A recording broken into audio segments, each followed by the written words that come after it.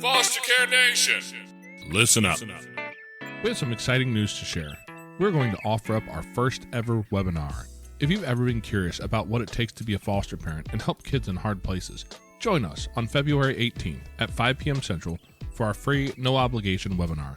We're going to share our hard-earned knowledge and experience with anyone who has ever wondered about helping kids from hard places. If you're interested, go to fostercarenation.com and sign up for our newsletter. This is where you can get the details and the links to join us so that you'll be able to ask any questions you have in the question and answer section. Now, I know what you're thinking. Webinar. A free, no-obligation webinar. It sounds like there's a sales pitch at the end. I've listened to a lot of webinars, guys. I know what you're thinking. I don't have anything to sell you. I don't have anything to sell you. I promise I don't have anything to sell you today. But what we are going to do is try and support you and help you join us in our mission to help kids. And if that's what you're interested in, come see us. I promise you, we're not selling anything today. We're just going to offer up our experience, our knowledge, and trying to help some people who are interested in helping kids. As you can tell in the background, I have some kids. They're here, they're noisy, and I'm not even going to try and quiet them down at this time, because I am not going to get that down there wound up out there, but you know what, they're happy. And that's what we're looking for. We're just trying to provide a safe place for kids, trying to help them through some of their traumas, some of their things, and make this world a better place. And if you want to join us on that mission, we welcome you to show up February 18th at 5 p.m. Central.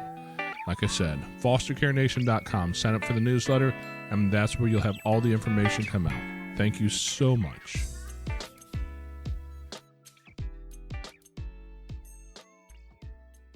Foster Care Nation, listen up. This is Foster Care and Unparalleled Journey. Strength for the powerless, courage for the fearful, hope and healing for wounded hearts.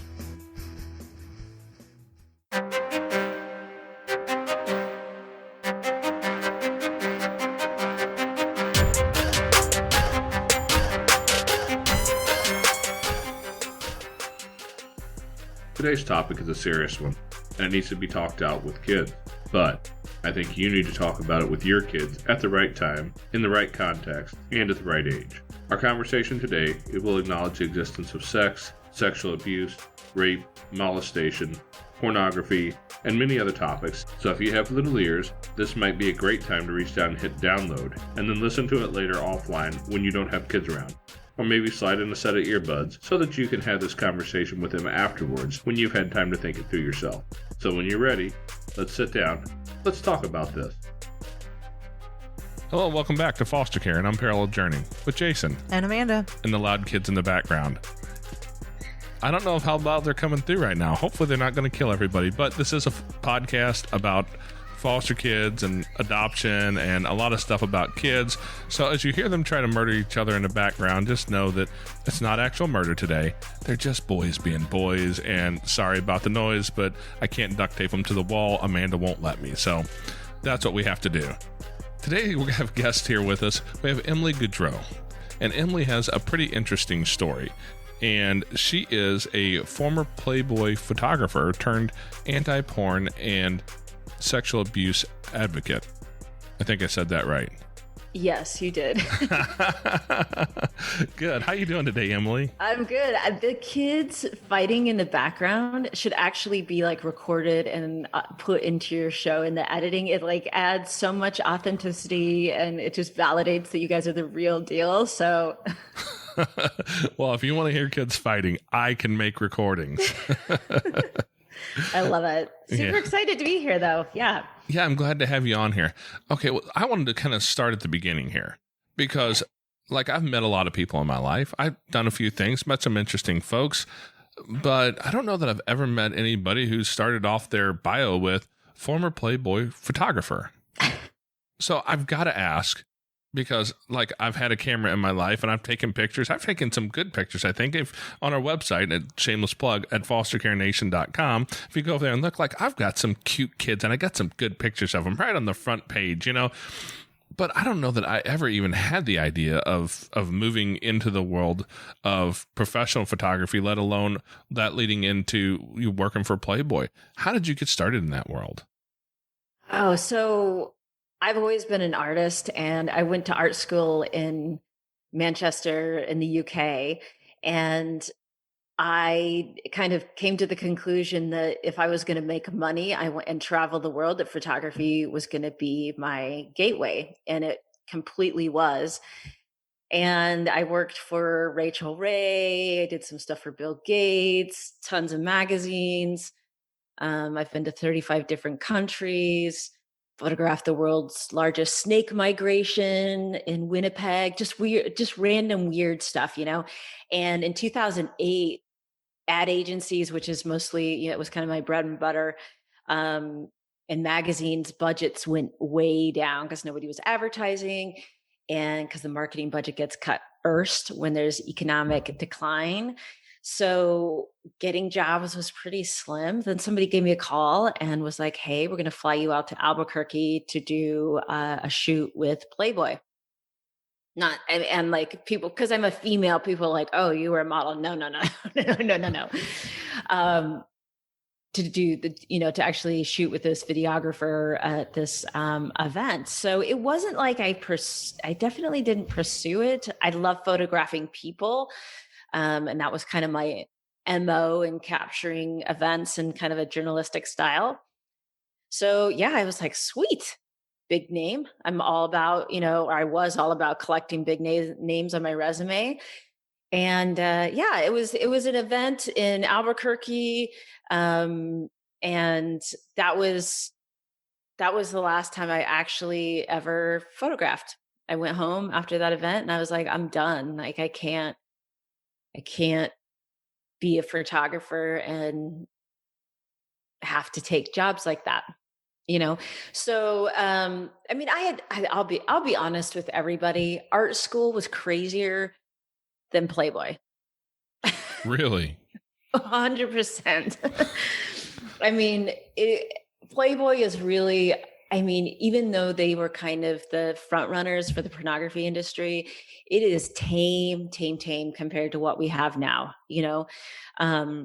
They're even the people I worked with were very sound people, from the perspective of a lot of the stuff that a lot of people who I've worked with in the industry. I don't have anything negative to say about the people that were working there. My personal experience was that I just had a moment where I was like, I'm victimizing these women. I'm continuing the victimization of these women. And yeah, that's kind of, that like put a lid on my photography. I never photographed again. I won't even take phone photos. I hate it. I hate taking photos now. Just done. I went home and I was like, I'm done forever. Wow. Yeah. Now, that was the straw that broke the camel's back. What was the moment for you, though? What made you say, I can't do this anymore? What was that like for you? Maybe you feel this way, but a lot of commercial photographers come from a point where we wanted to be a National Geographic photographer or whatever. So we're literally out in nature, taking pictures in the quiet. And then we end up standing on ladders with megaphones, like yelling at people for these big scenes. So a lot of us are naturally kind of introverted.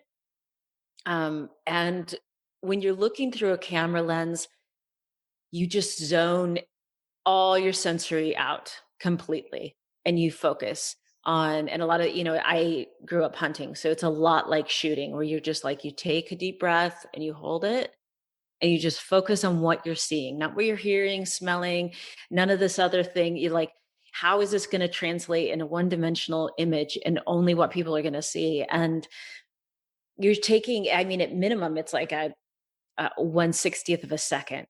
And you're catching these fragments of people. And in those moments, you just catch, what other people can't see because life is going so fast. And I just caught a moment with this woman and I was trauma. I just saw trauma.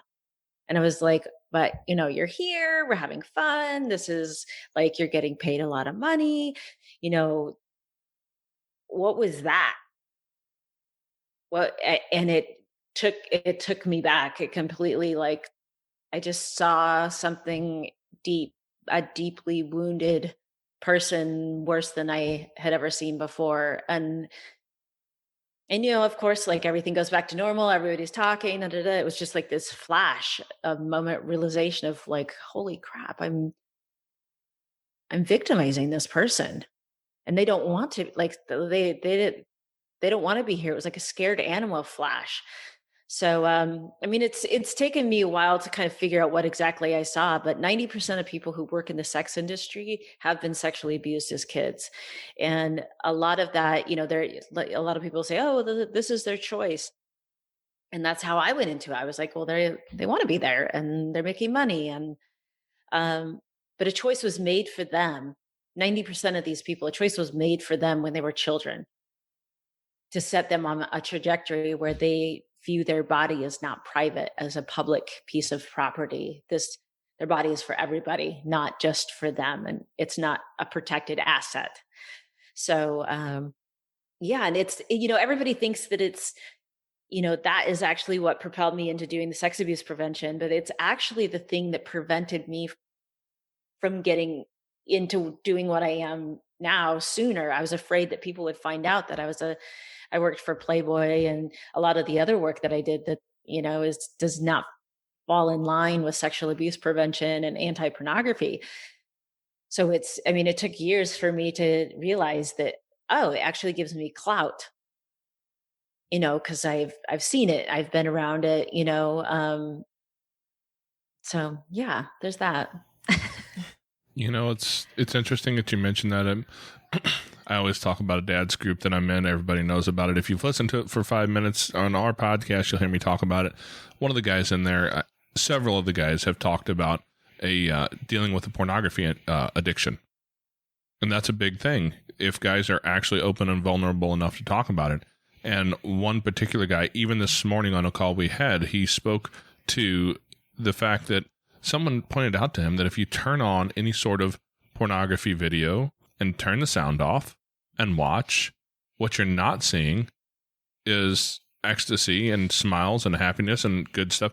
What you see looks a whole lot like pain if you watch it with no sound. Exactly. Yeah. Yeah. So it's the addiction piece is really interesting. And I'm curious to see what happens, after we do studies of, how the lockdown has affected people in regards to this. I know alcohol is, definitely been difficult for people. But being unable to just shake people's hands and have physical contact, I'm real curious how that's affected the spikes in the porn watching. But yeah, it's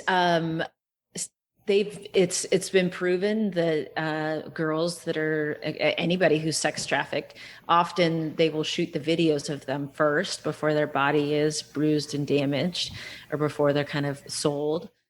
So you're watching somebody being raped, and you don't know if they're on drugs, you don't know if there's a gun behind the camera. Yeah, so that's that part. That knowledge just completely shifted me. For a while I was like, people watch pornography, whatever. And then I'm like, wait a second, is there a chance you could be watching somebody being raped, like authentically being raped? Like that's not just for show. And a lot of that, you look at it and you're like, oh my gosh, like this is awful. This is unbelievably terrible. The stuff that you're seeing, even if you don't want to, it pops up or whatever. Yeah, and the amount, I think it's something like 80% of the videos online contain physical violence against women, which just blows my mind, because I'm like, how has sex become all about 80% of its violence? That's unbelievable that is the quantity of pornography that people are getting turned on to. And they're producing it by the demand, right? If there was no demand for violent pornography, they wouldn't be creating it, or they are creating violent pornography. Because if you were to behave that way in the normal world with morals, you'd be arrested, hopefully. But you can find that in the porn world. Yeah. Yeah. It's kind of scary, you know. Life imitates art, art imitates life, and all that good stuff. And I hesitate to put too much of a label on art there, but yeah, it's what people are. There's a market, so somebody's going to fill the demand. Yeah. And it's there was one time that I was doing work for this sex positive store, and I was photographing their sex toys. It's during the same period of time I went through this period of like odd education about this kind of stuff, which is sometimes you find yourself in places in the world and you're like, what is going on? You have like, how, like, why am I doing all this? Why is all this stuff coming to me? And then years later, you're like, oh, now I know all this stuff. I can speak directly to it. But I was photographing their sex toys for their website. And again, it was during a period of time where I'm like, you got work? Here we go. Like, I'll photograph whatever you want. And on their website, they had it was like sex positive porn. And I was looking at it and it was, but 2 clicks in, I saw some of the most violent pornography I've ever seen in my entire life. And I immediately called my godson, who was like the oldest teen in my life that I had the ability to speak to in this way. And I said, please, if you see this stuff, I know you're seeing it. Do not fall for the fact that you are turned on when you see violent media. And later this is substantiated by studies, but I was like, they're mixing sexual arousal with violence to trick you into thinking that this is who you are, that this is what you want. I was like, don't fall for it. Years and years later, Emily Nagoski, in her book, Come As You Are, wrote about sexual non-concordance, where they did a study in Manchester where they had people watching pornography and put sensors on them to see what the blood flow to their nether regions are. And then they had little sensors to say, I'm aroused by this or not. So they showed them pornography and then they would bleep it. And the overlap of their body responding to what they thought was arousing was only 20% for women and 50% for men. So for guys, 50% of the time, their body could be like, oh, I'm getting turned on by this. And they're like, this is who I am. This is what I'm into. And now they're like going down a path of this is where they're going, where their body's just like, nope, something sexual is happening. It's just something sexual that's happening. Not that you're into it, if that makes any sense. It's part of your autonomic nervous system. It's just responding to the environment, not who you are. And if kids don't understand this, I mean, it's so easy to just be like, I don't know who I am. I don't know if I'm gay or bi or into violence or choking or blood play or all the other crazy stuff that they can find like that. Because they're like, that's how my body responded. And of course, with men, men and women, this happens to women, obviously, as well. It just gets really confusing. And then erectile dysfunction happens because of excessive porn watching, and then they don't get turned on by non-novelty sex. Sorry, I've had a lot of coffee, so I'm like jabbing away here. Coffee. Just give me the signal, be like, and shut up, Emily. No, coffee right here. I've got, it's the nectar of the gods. I'm not going to get mad about that ever. No, and we wanted to have you on here because, foster care is and adoption is a big part of it's our main goal here. It's our mission. It's what we talk about. And I don't know all the numbers. I don't know if anybody actually has numbers. I've read some in the past that were all really, really scary. The number of kids in the foster care system or kids who've been through the adoption system who have been sex trafficked is a ridiculously high percentage in our world. And I look at it and just think, man, oh man, if that is such a high percentage, that means that how many of the kids that end up coming through our homes as foster parents have had some experience like this in the past? Mm-hmm. And what can we expect to see from them? How can we help them? What can I do with a kid who has maybe experienced some sexual trauma? I have seen kids as young as dang near infants who've been sexually abused, which is crazy to have to say. but it's true. And if it's true, we need to deal with it, and we need to be prepared to be able to deal with this stuff as foster parents, as adoptive parents, as a person who maybe sits in church beside a kid who you might see a red flag, as a neighbor. These situations are happening. What can we do? What do we need to watch out for? Is there a way that we can help them navigate this ridiculous structure that's been put around the porn industry and then sold to all of Americans? And well, not just Americans, obviously, right? Because I'm here in the middle of America. I make that assumption. Everybody else knows my world, right? But you're right. It's worldwide. Our entire world is facing this. So what can we do as far as dealing with or helping kids, especially, or even adults that we know who went through it as a kid, to deal with the fact that they may have been trafficked for the specific use of porn? So I was thinking about this before, and I was jotting down exactly what I wanted to say. And Hey there, Foster Care Nation. We'd like to take a quick minute to step out of the podcast here and ask you guys for a little bit of support. If you could share an episode with people, friends, in a group, with family, anywhere where there's somebody who would like to hear this. Also, if you'd like to join us and support our mission, a couple dollars a month would be really helpful. You can find us on Patreon at patreon.com/fostercarenation. Now back to the show. The number one thing that I think people should, especially since we're talking to foster care providers, I don't know if that's the right way to say foster parents, is if you suspect that one of your kids that you're bringing in has been sexually abused, which is, again, there's a pretty high chance, you need to set up your house in the right way. And the number one thing you need to do is you need to lock down your devices. You need to, especially if you've got kids over the age of 12, they can get past a lot of stuff. But media, what kind of media in regards to magazines do you have coming into the house? A lot of women's glossy magazines are very questionable. They're very sexual, which is fine for adults. That's great, whatever. But to kids, and specifically to kids who have been sexually abused, they're very sensitive to any images that could trigger sexual thoughts, even affectionate.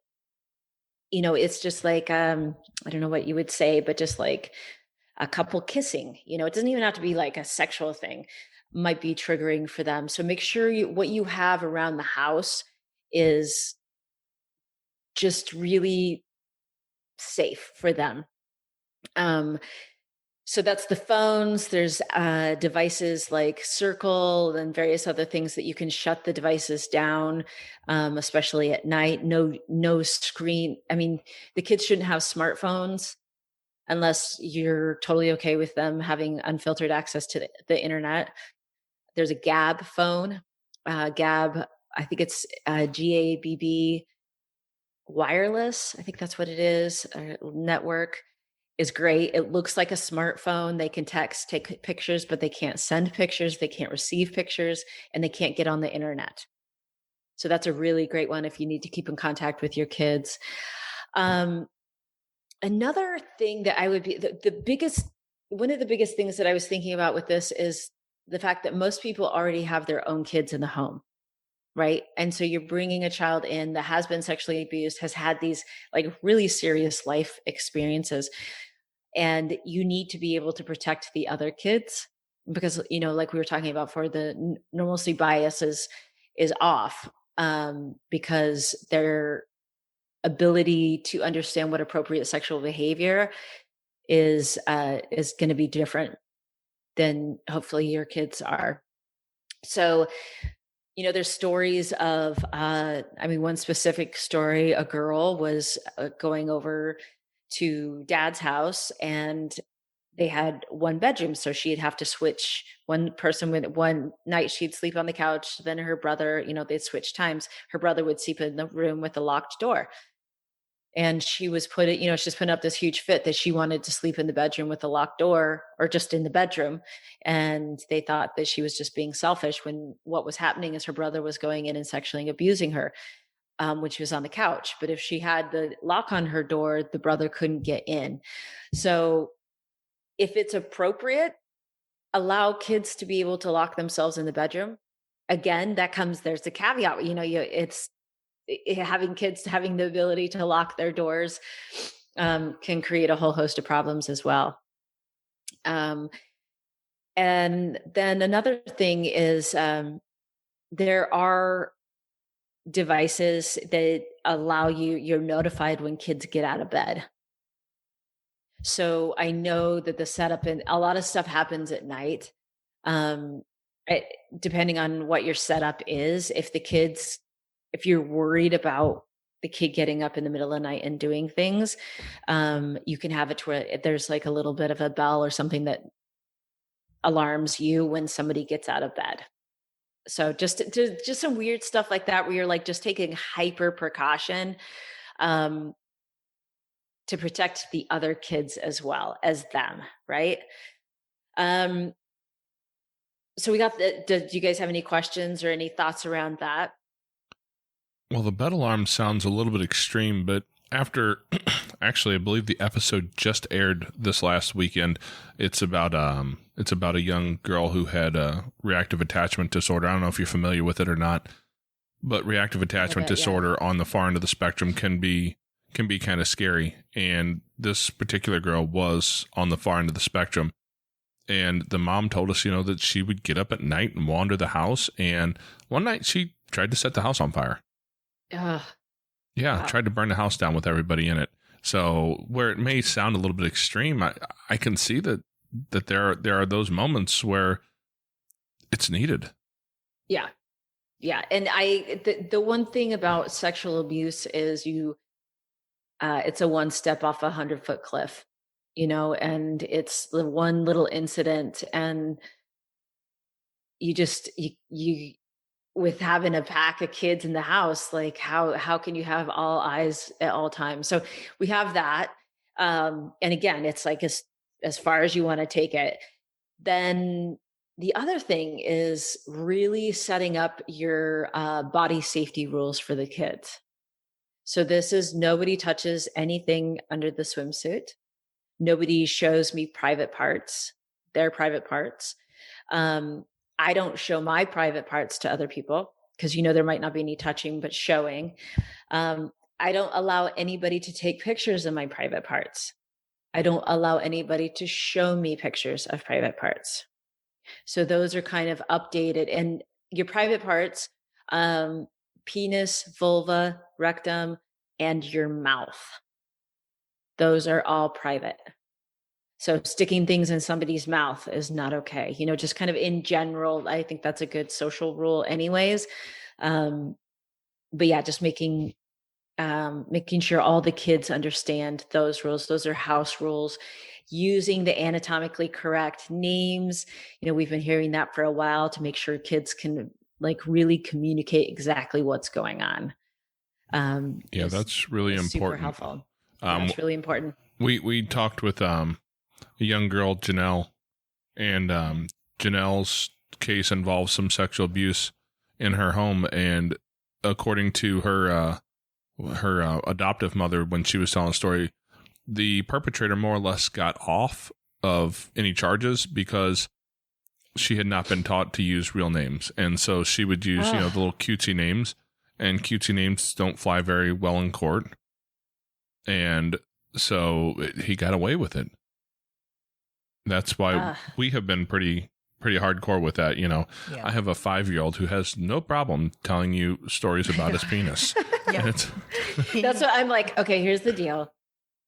It's going to backfire a little bit, and you just got to be cool with it. And my daughter yelled vagina at the Thanksgiving table with my great grandmother. I mean, it was like of all places, right. And, she did it to get an effect. She knew what she was doing. And I was like, oh my gosh. But, and this is another great story. And this is when I realized the power of this. My daughter was over at grandma's house, and she, her pants were hanging low. She was little. She was just kind of like scooting around on the couch. And my mom just got her finger in like the crack of her pants and pulled her pants. I mean, nothing I mean, it's just like what you do when kids are little and you just kind of pull it. And my daughter turned around, she said, "Get your finger out of my rectum." And I was like, whoa, whoa. I mean, everybody just like, the words are powerful, Right.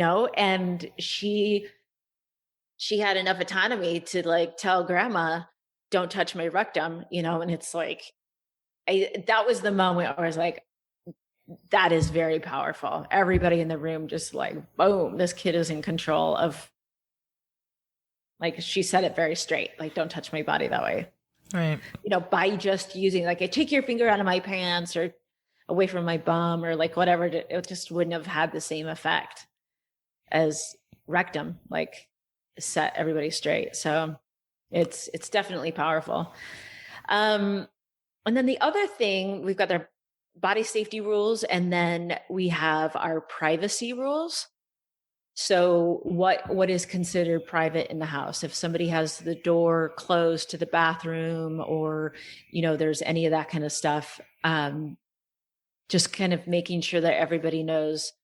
I mean, it's part of the body safety rules, but rooms are private, clothing is private, toothpaste, toothbrushes are private, stuff like that, to where there's just a clear set of how they behave in the house. Well, and I have a bunch more. Are you ready? I was just going to ask, what age do you start putting these things in place with your children? Like day one. And the reason I say day one is, of course you've got foster kids coming in at all ages, but say you have a newborn, working on when you are changing the diaper. There's, gosh, I can't remember the name of the gal, but she was on TV and she was like, "You need to ask permission when you're changing babies' diapers," or whatever. And she got shut down by the media. It was this big thing. And she wasn't totally wrong on it. They're like, "How is a baby or how's a toddler going to like, yes, you have permission to change my diaper. Like, that's just, you got to do what you got to do." But I want everybody from day one using anatomically correct words, because it is awkward. It's weird. We've all got our own like funky little shame things that go on. And you'll notice you'll be like, for me, my daughter would be in the bathroom trying to teach her, I'm like, "Wash your vulva and your rectum." And I had to force myself to say it, because I was like, I want her to be able to clean herself. Grandma doesn't need to clean, or caregivers don't have to clean her. She's got full control over taking a bath by herself without anybody touching her. And it's hard to overcome some of it. We've all got these triggers. Like, a weird trigger for me is my daughter like was breastfeeding her baby. I don't know why. I have no idea why it triggered me. I just was like, it made me feel extremely uncomfortable. I just had to walk away. I'm like, "Emily, what is going on?" Like, I didn't even know that would, it doesn't, in my head, it doesn't make sense that would be weird for me. But it was really weird for me to have her acting like she was breastfeeding her baby in the bathtub. We've all got stuff. We don't know where it's from. We don't know, how our body has taken on past shame or trauma or anything like that. So if you practice from day one, none of that trauma is going to be transferred onto your kids, if that makes any sense. So just right out of the bat, you start it. And the consent stuff as well is that should be talked about until boys get married, girls get married. That needs to be a regular conversation about consent. And okay, so here's another one with the kids. Tickling and roughhousing. So if you have a child who has been sexually abused, this could be very traumatic for them. A lot of times tickling, it's difficult to even say stop. That's the problem with, my daughter loves to be tickled.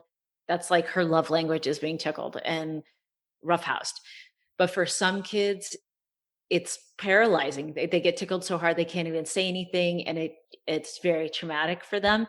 And it could also be very stimulating if it's too physical of roughhousing.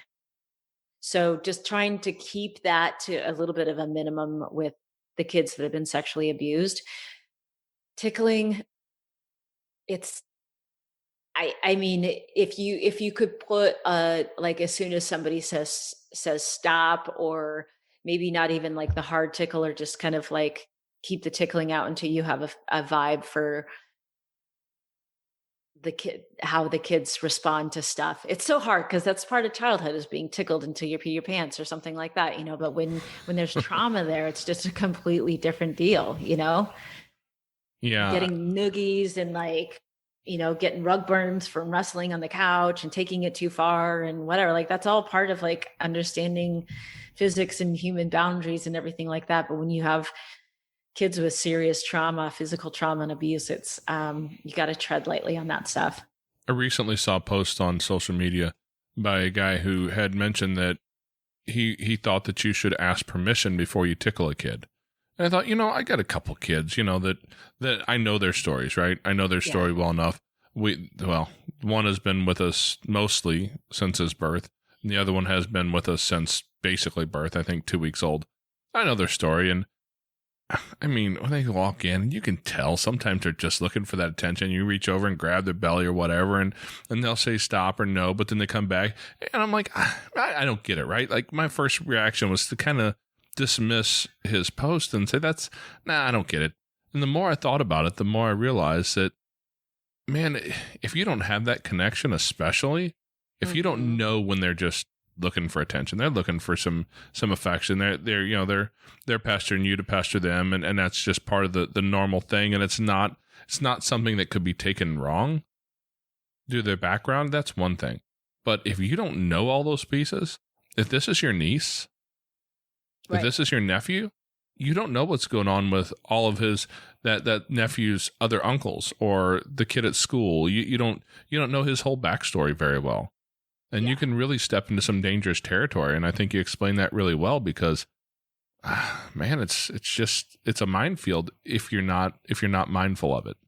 Right. And it's also, if you think about, and I'm totally with you on it, where it's just like, do I ask my daughter? Hey there, Foster Care Nation. If you'd like to find yourself in a group with like-minded people, head over to Facebook, and you can find us at facebook.com/groups/fostercareuj. We've got a group over there where we talk about foster care, we talk about adoption, and we talk about all the things related. If your podcast player allows it, you can also reach down and hit that subscribe button so you get notified every week when we put up uploads. Every Tuesday, a new episode comes out. We'd love to see you next week. Now back to the show. That's a tickler? No, I've never done that. But at the same time, I would want her to come to me and be like, yeah, this person was tickling me and they didn't ask, because it is a really like personal, you're like stimulating them until they're laughing. And she says no when we stop, but it's, it's such a fine line, isn't it? It's such a fine line of consent. But, the biggest thing is if they say no, you stop. House rule, you say no, they stop. Everybody stops. Even if it's just, they're like, no, and they still, well, that's okay. They know you stop, and it's odd for them, and it's uncomfortable if somebody doesn't stop. And that's a red flag for them, that this person didn't respect their no's. And they can come to you and say, yeah, he was tickling and I told him to stop and he didn't stop. And you're like, good warning. That person doesn't make you feel comfortable. Let's keep our eyes out. Yeah. It just, because well, you mentioned something earlier, and it's one of those things that I don't think we talk about much, but transferring trauma, transferring our trauma, our shame, our guilt from our childhood onto our kids, it's unconscious. It just happens. Oh yeah. And being able to give your kids that power by peeling back some of those layers of the filters that you live your life through, and just going, hey, here's some safe boundaries for you. Here's some ways to talk about things. Here's some, I want to give you all these pieces that I didn't have at that age. And I have all these belief systems in my head about this, and I'm going to try not to give that to my kids. Yeah. And it's, what's amazing, and I'm sure you guys have had a similar experiences where stuff came up for me. Stuff started coming up for me when I was pregnant. And I was like, whoa, oh, remembering things differently. And it's just, you don't know entirely what your traumas are around childhood till you have kids. And then you're like, oh, oh, oh, there's that. But I tell people, humans are sexual beings. And it's very easy to see kids acting in a sexual way and go completely off the deep end and freak out and be like, oh my gosh, especially if they're yours, because you have this massive amount of fear of they're going to run away and join the sex circus when they get older or something like that because of whatever behavior they were doing. So I tell people to take a deep breath, separate the kids, whatever, make sure everybody's safe. You need to go and write down every single thing that just happened. Who was in the room, what was said, what you said, what the time of day was, whatever, just write all of it down. And that's really important too, because if you've got a legitimate issue, just documenting time of day, everything that happened. And then also underneath that, write how you want to handle this. Just let your amygdala chill out, let your frontal lobe engage, take a deep breath and go, okay, now that I'm calmed down, what's the best way for me to handle this? This is a story, but it's a classic story. Is a mother told me she suspected her daughter had been exposed to pornography or potential abuse at dad's house. And then she caught her daughter acting like she was having oral sex with another little girl in the room. And of course, the mom, this confirms all of her worst fears. And she said she just went red and freaked out and basically caused a second level of trauma, because the girl was just acting out potentially something that she had seen. She was like, Emily, you would have been horrified at what I did. I just completely went apeshit. And so that's why I tell people, I'm like, stuff is going to happen. Stuff is going to trigger you. You've got to step away, make sure they're safe, and just step away. And sometimes stuff will trigger you and it was actually nothing. People have told me, I caught my daughter with the Barbies and they're laying the Barbies on each other. And then they bring it up later and they were like, oh no, I just set them down that way. There wasn't really anything. It was her preconceived idea looking for evidence that there was some kind of sexual thing going on. So, and I call it not my wine. Our sexuality has been developed after years and years and years, and we've had all these different experiences and all these different things happen to get our own sexuality. Whereas kids are literally grapes on a vine. Them pointing out that a dog has a penis or whatever doesn't mean that they're into bestiality. You know what I mean? They haven't heard about all the things that we've heard about and been freaked out about. That's not them. They're they're just little pieces of fruit. They're just seeing the world and noticing things and trying things out and oh, this spot feels good. And you have weird parts that are different than my parts. And it's different than the wine, if that makes any sense. So just everybody take a deep breath. So what do you do, when you found yourself triggered up and you're in the middle of that moment and maybe reacted a little bit wrong, who reacted you had that moment where you lost your shit. Mm-hmm. Is there a way to go back and rehash that with a kid to reframe that in a way that can be helpful so that you're not leaving it in that place? I think the biggest thing is to authentically apologize and say, I thought I saw something that was different than what was going on. I overreacted, and just authentically apologize. And sometimes if it's appropriate to can we do a rewind and literally, I'm okay. Now let's do this over. I'm outside the room. You're inside here. I'm going to open up the door and this is what I'm going to say. and then you say what you would have liked to have said, and then, kind of carry it out in a different way. So kind of recreating the memory in their minds as well of what happened. And just saying, wow, I got angry and I overreacted and I wasn't acting in the way that I wanted to. I just got scared that that something was happening, that I was afraid for you. And you could even say, maybe I've had things happen in my life that made me afraid that something was happening to you. Oh, and I also want to point this out while we're here.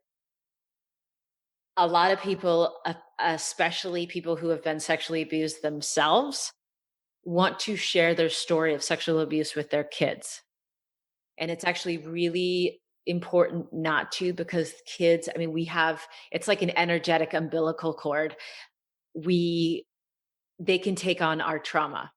And there are stories of kids who have been sexually abused, but when the story comes out, it was stories of the parents' sexual abuse that had been kind of rehashed, because they take that on as this is our communal experience. So be very mindful.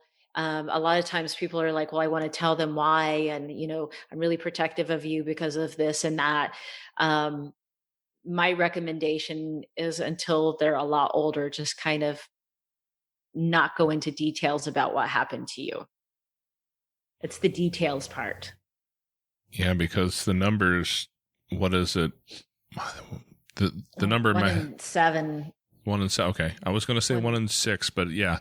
So yeah, I know the numbers are really high percentage of people out there, of parents. Yep.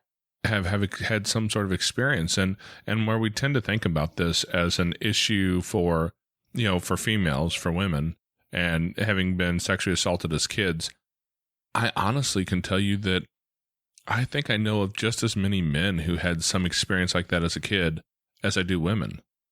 Well, today, 82,000 men have come forward that they were sexually abused in the Boy Scouts. 82,000. I'm like, how does an organization continue forward? I know they're filing for bankruptcy. I just can't understand that, and with men, it's different for men. Men will hold on to it for 40, 50 years before they come forward. It takes until they have grandkids where they're, they realize they finally get to the point, like 2 generations of kids where they're like, if that ever happened to my kids, that's part of why they come forward, is like, oh my gosh, I've got to say something because it could have happened to my kids, or it did happen to my kids. It's just heartbreaking. And I know the statistics, they say it's like 1 in 20 boys. It's 1 in 20 boys has come forward. Yes. Right. That's not the unheard numbers. Right. And I was just kind of diving into some research about pedophiles, and specifically pedophiles that prefer boys have a higher number. So they'll get convicted of 2. People, and this is the thing, that a boy had come forward and reported and wasn't believed, and then another one came forward and it wasn't believed. The story wasn't believed, and then another one finally, and then they got a conviction, and then they're convicted for 2. Where meanwhile, they've abused 300 boys. They do the lie detector test and come forward with 300 boys. Prolific abuse. That's one abuser. Absolutely. So it's just, I just don't believe the numbers around 1 in 20. I think it's a lot higher than that. I think you're right. There seems to be so much shame around it, especially when it comes to boys being abused. And oh yeah, they feel like they're going to be seen as in a different way. And oh gosh, there's just there's a whole pile of stuff going on there. Well, and then you have the boys that are, my body responded to this, so obviously I liked it. Yeah. Okay. So this is one of the tools that I like to teach parents. And it's also, I mean, it helps with if the kids are ever exposed to pornography or whatever, is it's called A Mind of Its Own. And you do this you just go outside. I always try, if you're going to have these talks, these heavy talks, and this one isn't particularly heavy, but I like going out into nature, just bringing things out into the light, and it just changes things. Like imagine being like in a house, having these talks versus like out in a grassy field. It's just different. It just takes on a completely different vibe. But you just get like a piece of grass and you tickle each other's noses, or it's like a contest to see who can like not respond the longest. Like flickering of eyes, like runny nose, like sneezing, goosebumps, all of these things. And you're like, isn't that weird that you're trying so hard for your body not to respond and you can't do it? Your body just has a mind of its own. And just that's all you say. Isn't that weird? Your body just has a mind of its own. And then as the kids get older, you can have little examples, of, having, an erection. Your body has a mind of its own. And you can introduce that concept, obviously, when they're older and there's a situation. Go, remember how we talked about that? Remember that game we used to play? You don't have control over how your body responds. And if anything ever did happen to the kids, go, remember, your body has a mind of its own. The sneezing and the goosebumps, it doesn't mean that you wanted it. It just kind of sets a platform for helping frame that conversation if they've been exposed to pornography or if they have ever been sexually abused. It's funny you mentioned that because Amanda just had a conversation similar to that with our 5-year-old the other day. And he says, Mommy, this happens sometimes. Why does this happen? And, we talked about it afterwards, and she was at that moment a little bit, well, what's the best way to handle this? Right? Yeah. It makes it a difficult your body's conversation. Responding to what's around it. It's not what you like. It's not always something you have control over. In fact, you don't have, your heart beats, you breathe when you sleep, your eyes blink, you get goosebumps. There's all these different, you shiver. It's just different. It's got a mind of its own. Absolutely. Yeah, that's one of those things. And I have Amanda talk about it, but she just realized the time, and in this world of COVID and virtual schooling, in 4 minutes they're starting a class that she's like, that he has to be on. Out. She's like, gotta go. Yeah. Yeah, she didn't run off because I was talking about her, but that's a real thing, right? Like for a woman to have that conversation with a little boy, it can oftentimes be really difficult to have, one, just because of all the shame stuff that we've been taught about our bodies and our lives over history. And especially for, say, a mom who has a history of sexual abuse, who herself was abused as a child or raped as a kid or a teenager or even adult. All those little pieces come in. It makes it a really difficult conversation to have, especially when this whole world is, I mean, we just recently had a national debate where people were talking about whether or not pedophilia was just like a part of who we were and a piece of society that we should accept. We're in that world. Yeah. Yeah. It's absolutely the most insane thing I've ever seen. Totally freaks me out. Well, again, I think it is really important, the parents having a history of sexual abuse. And I have, this is a little bit of a shameless plug as well, but it's some work that I'm really proud of, is my Young, Wild, and Safe course. And a lot of the parents who have gone through have their own history. I mean, also statistically, but they know how important it is mostly why they're there. Is they're like, this is real. Some parents are like head in the sand. They're like, no way, I don't believe any of that. Then there's the parents who are like, no, this happens. And it's scary and it's difficult to control.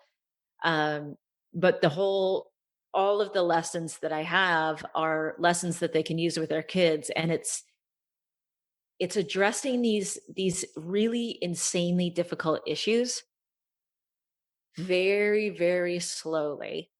Kind of like with the tickling with the grass, without traumatizing the kids and without traumatizing yourself.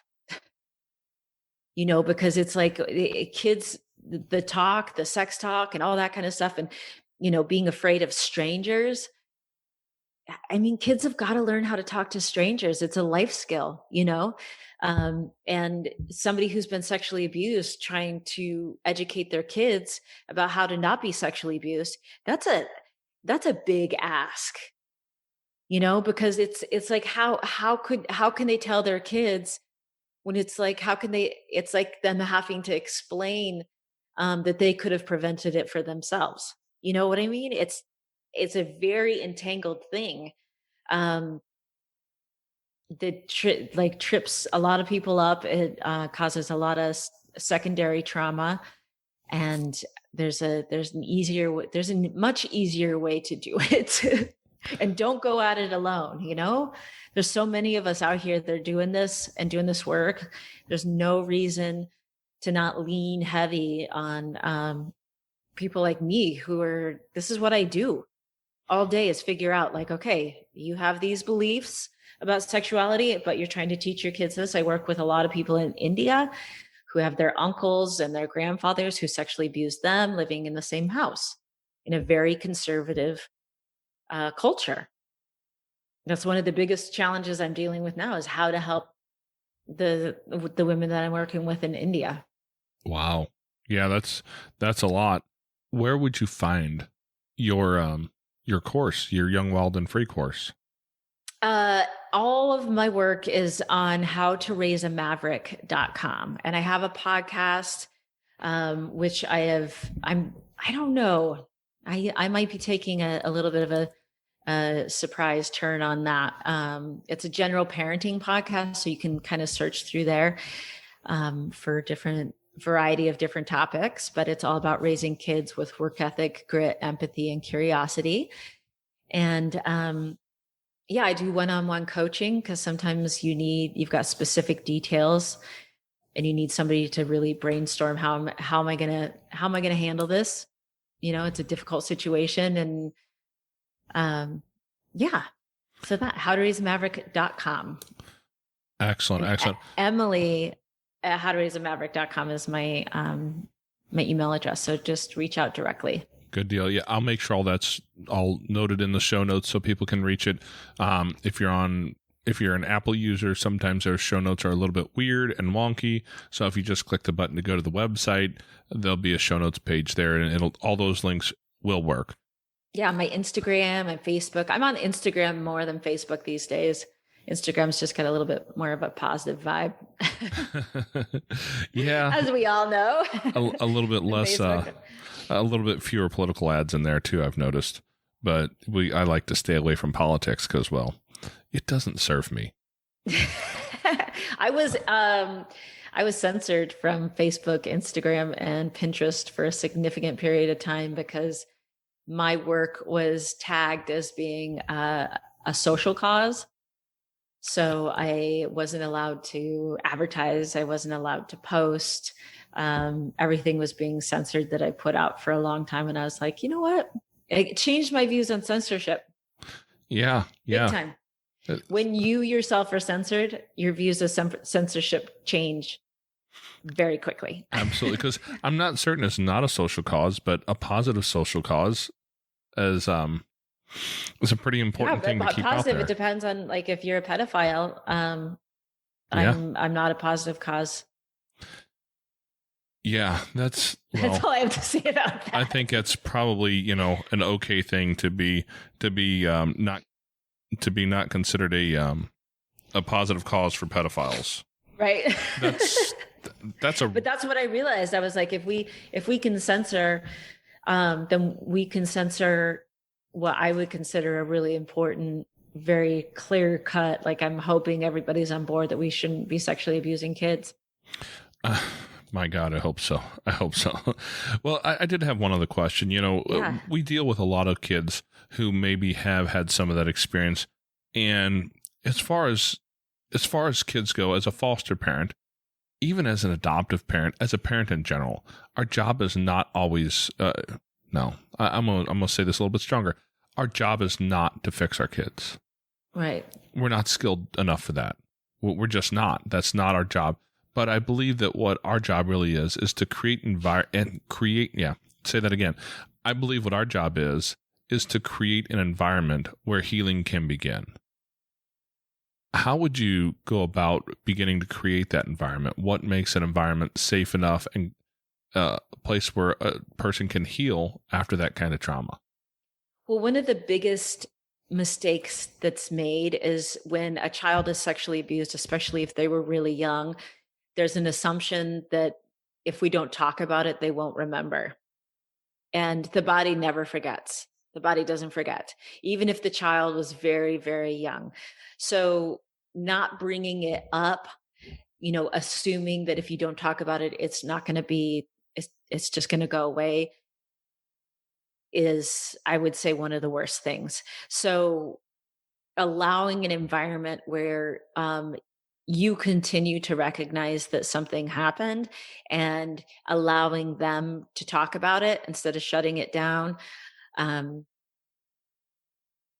also creating a space where they can, a little bit of art therapy, if you will. If they're drawing pictures that are sexually explicit, they are working things out.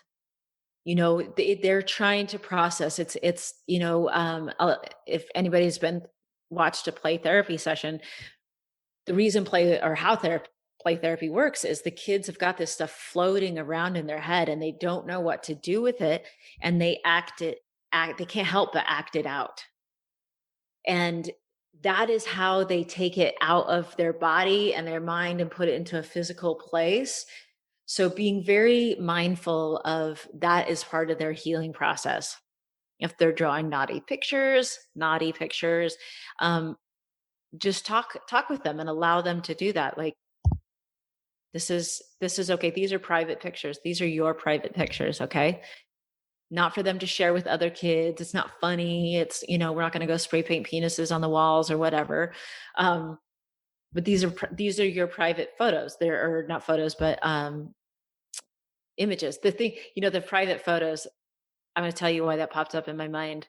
There's a book called Good Pictures, Bad Pictures it's one of the few books that helps acknowledge the fact that there's stuff online that's not okay for kids to see.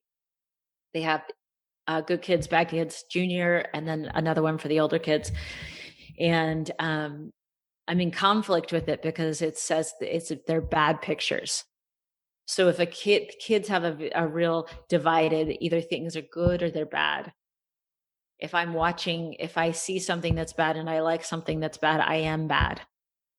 So just, these are private pictures. If they see pornography or something like that, that's not bad stuff. It's private stuff. Private pictures aren't good for us to watch like that. They go against our body safety rules, or good touch, bad touch. There's private touch versus bad touch. I don't know if I was using that language, but it's just something I'm becoming more aware of with being trauma informed around that, not to make them feel bad, because they already have such self-doubting feelings and self-hatred because of the abuse. I love the idea of taking the judgment out of the words. Yeah. It allows us to be able to talk through it and then actually deal with it, especially when it happened at a young age. Yeah, because it's saying bad words versus, I mean, I can even imagine, like, if somebody uses, saying, I guess they would use potty words, but those are dubbed as like bad words at school, saying bad words at school, they're just private. Yeah. And let them work through it. Let them say stuff, let them come to you. It's hard sometimes to hear this stuff. You're like, oh gosh, I really don't want to hear it, but they need to get it out. Yeah. And that's why therapy is so awesome. I've had people give me their story in the past, and I don't know why, because it's a podcast. You can't see my face. If you find a picture of me anywhere online, I do not look like the kind and gentle soul that people would want to come bare their souls to. I don't think. You do. My beard is much shorter than it normally is. I had a little bit of a trimming incident happen recently An incident. Yeah. There's a story. Yeah. Well, I said take the sides, take some off the sides, and the guy heard bottom, I think. You're like, but, no. Yeah. I've done that for years. That's okay. It'll come back, I'm certain. But I've had people give me stories, deep stories about painful traumas in past, and I get that from people, and I'm not certain why. I haven't figured that out yet, but they'll tell you those stories, and they are hard to listen to. Yeah. I mean, it's genuinely difficult to hear someone give you a story about rape, molestation, all kinds of abuse. It's just something that, especially if you are a foster care provider, you may come up against. And sometimes that's really challenging. That I'm, again, with the trauma informed, I'm becoming more and more aware of. I have a bandwidth like a mile wide to hear this stuff, which is why I do what I do. Some people are like, how can you do this? And that's one of my weird gifts is some people have a narrow bandwidth. They call it like a green zone. And if somebody hears something and they are not within their green zone, they can actually experience, it's called secondary trauma. And they take that trauma on of that person, and it's real.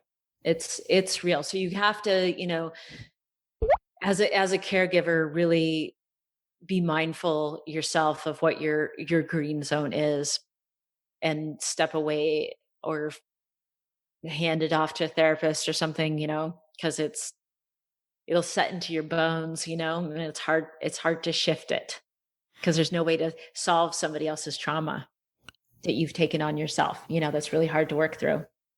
Absolutely. Absolutely. Well, I really appreciate all the wisdom you've come here to bring our audience today.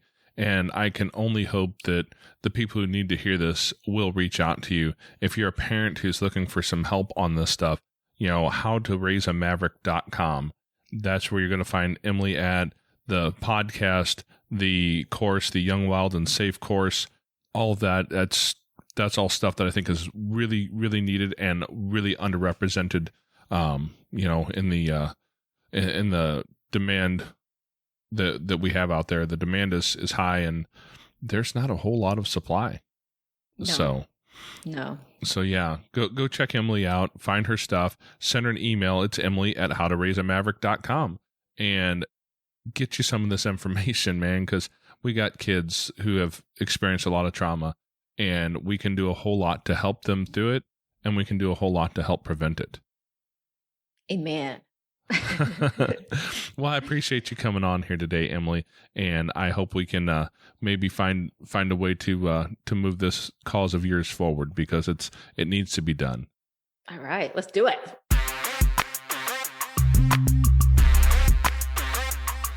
Thank you for listening to Emily's story today. I hope you've gained some wisdom and knowledge that you can take to your home and your family. Be sure and come back next week. We put up new episodes every Tuesday. If you'd like to share your story as a guest on our show, reach out to us at fostercareuj@gmail.com. If you'd like to join up with some like-minded people, you can find us at facebook.com/groups/fostercareuj. And don't forget, we have a Patreon account. If you'd like to support our mission with a couple $1 a month, you can do it at patreon.com/fostercarenation. And as always, I think you guys are go. Yeah!